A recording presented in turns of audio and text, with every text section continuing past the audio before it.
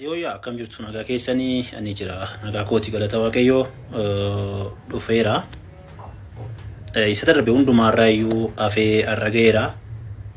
Lubbuudhaan bahee gara biyya kiyyaa ga'een jira amma Itoophiyaa ga'eera.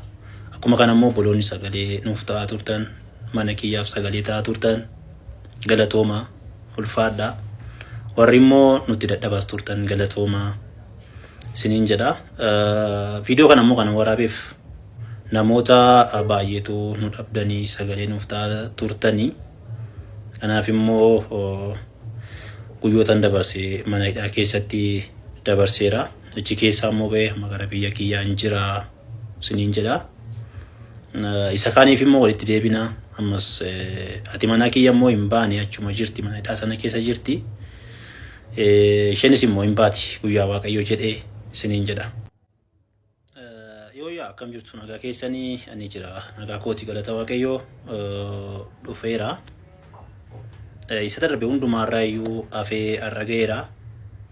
Lubbuudhaan bahee gara biyya kiyyaa ga'een jira amma Itoophiyaa ga'eera. Akkuma kana immoo boloonni sagalee nuuf ta'aa turtan mana kiyyaaf sagalee ta'aa turtan galatooma ulfaadha. Warri immoo nutti dadhabaas turtan galatooma siniin jedha.